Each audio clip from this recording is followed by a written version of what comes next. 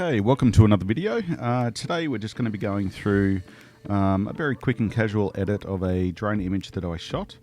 This is the same image that I have previously posted a video on editing it through Adobe Bridge and Adobe Camera Raw. So it'll be going through the same sort of process, but just showing the differences with Lightroom. So I've just imported the image, so as you can see we're now in the develop module in Lightroom. As you can see, the image was shot on a pretty sunny day with pretty solid weather, and it certainly gave us a good base exposure. So this is a full resolution image that was shot on a Phantom 4 Advanced, and it's a digital negative. So as you can see, based on the color profiles that I have set on the drone, the image is a little bit flat, but it certainly has plenty of room with the current exposure at time of capture for us to work with. While the image does look a little bit overexposed, it's a little bit brighter than what I would normally have exposed to the images. It's certainly there's certainly plenty of room to play with this image. As you can see with the histogram on the top right hand side, there's really nothing that's been clipped or any loss of detail, so we're in a good starting point with an image like this. So if we just have a look at the initial capture settings for the image, I'll just go through what settings I used. I always shoot in manual, so manual aperture, manual ISO and manual shutter speed, mainly because that's just the way that I learnt and how I started shooting in photography from my third roll of film, because I photographed on film for many years in the beginning. And it's just the way that I learnt and the way that my brain now works when it comes to photography and reading light. So ISO 100, as you can see just up here on the top right hand side when we look at our settings. ISO 100 because we've got great light, and I opted for the low ISO because it's going to give us our best option in terms of noise or grain in the image. So ISO 100 is the lowest setting that you can go with a Phantom 4 Advanced, and that's the one I went with because, as I mentioned, we have plenty of light to work with. Focal length is a standard, it's a 24mm equivalent on normal 35mm perspective of view.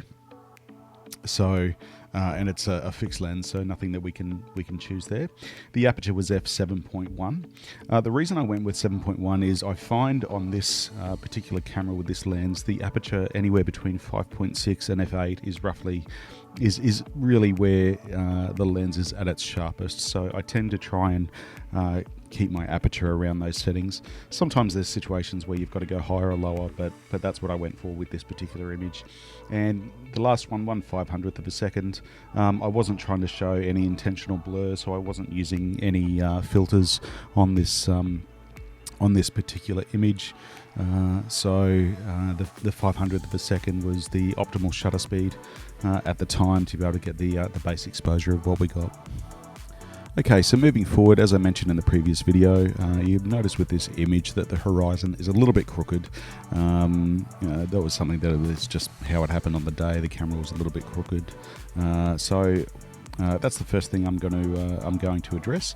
So if I just click on the crop overlay tool, you can see if I hover my mouse just outside the image, it gives me the option to rotate, and it also gives me all of these wonderful grid lines to be able to roughly line up the horizon so that it does look a little bit straighter than what it did when it started.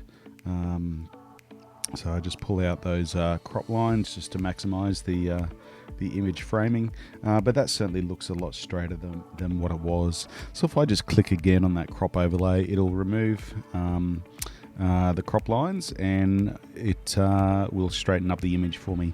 I have lost a little bit of resolution, but it wasn't a great deal, so I'm okay with that. So if we scroll down in the develop module here, we can just address the basics of adjustments that I normally make. So if we start with exposure, I'm just going to pull that exposure back a little bit. As I mentioned earlier, it was a little bit bright at capture time, and purely due to my settings. Obviously it's a bright day, but the brightness I'm referring to is the capture settings that I used. So I just want to pull that brightness back a little bit. You can see mostly with Service Paradise precise in the distance there up on the top left hand side. It just means that the exposure on the city as well as the rest of the image is a little bit more in line with what I would want to do. Then I'm going to just increase the contrast a little bit as well, up to about plus 30, mainly because this is shot as a digital negative, and with my color settings that I use, it's a fairly flat image, so I just want to make sure that that's addressed and a little bit of contrast put back in. I'm going to drop the highlights a little bit, just again to control those highlights, just to pull them back, just to give the image a little bit more of a wide dynamic range, and slightly lift the shadows as well. The whites and blacks I don't tend to use. I find that the highlights and shadows give me the effect that I'm after and the results that I'm after. As with anything editing images nowadays, there's at least 10 different ways of doing things. So while this is the process that I normally employ, it's not the only way to do things. And then down to vibrance and saturation. This just gives the color a little bit more intensity. Again, having been shot in a DNG with a flat profile, color profile that I have set up on the drone, I just want to introduce a little bit more intensity in the color. So usually vibrance, I'll go about plus 25, and saturation about plus 15, just as a ballpark starting figure. And that's immediately giving me far better results and closer to what I was after. If we go a little bit further down within the adjustment tools, in this situation with HSL or hue, saturation, luminance, I could, if I wanted to, just pull those blues back a little bit, just so that we've got a little bit more depth in the sky. I don't want to do it too much because I do think that it can overdo it a little bit, so I don't want it to be a really obvious adjustment. I want it to be as close to what I experienced on the day, and I want it to be close to reality as possible. Down to detail, I'm just going to apply a little bit of sharpening, very similar to what I did earlier. If I just click once over the image, it'll take me into 1:1, which is 100% preview. And that means that what I'm looking at on the screen is every single pixel based on the resolution of the screen. This is a 4K screen, so it doesn't increase the size of the image that much, but it's certainly enough to see the effect of sharpening. And as with the previous video, I'm going to apply a little bit of masking as well, because I don't want that sharpening to be applied to all parts of the image, only the parts that have sharp edges. You can obviously see in this part of the image, the jetty as opposed to the water. The jetty is going to have a lot of sharp images, and I want to maximize those, as opposed to the water, which is various smooth tones of color.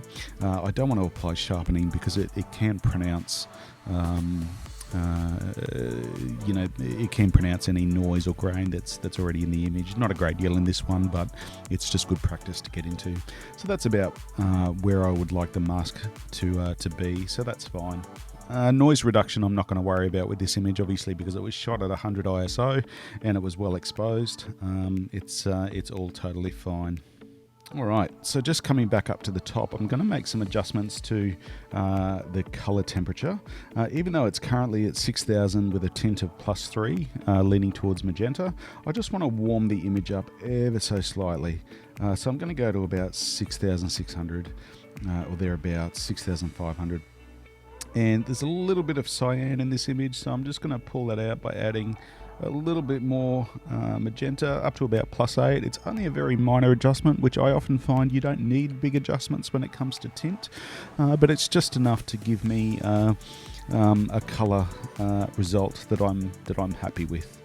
Alright, so with Lightroom, you have an adjustment brush tool, which is very similar to the one that you find in Adobe Camera Raw. So we just click on that, we find that we have a whole bunch of adjustments appear with an adjustment brush, which you can see. So very similar to the last edit that I did, I just want to increase the exposure just a little bit around that water, because I really want to just bring out that depth and that color in that sand, because it is really quite amazing. I'll just reduce the size of that brush a little bit, because I want to have a little bit of a more accurate process of of painting in that adjustment. So I'm just looking at the darker areas, and obviously this big sandbank that's directly under the drone just brings out that color if you lighten it just a little bit. Alright, so I'm really happy with that result. As you can see, the image was well captured when I initially photographed it, so the exposure was pretty close to correct, as I mentioned, a little bit bright, but nothing that we couldn't work with. The color was pretty close to accurate as well, obviously shooting with a daylight white balance setting, and overall the image was well framed. So the adjustments that I've made haven't been big adjustments, they're really just small refinements to get the image to where it was, or to get the image to where I want it to be, which is a closer version to the reality of what I saw and what I experienced, and pretty happy with the results. Thanks again for stopping in, and look forward to next time. Take care.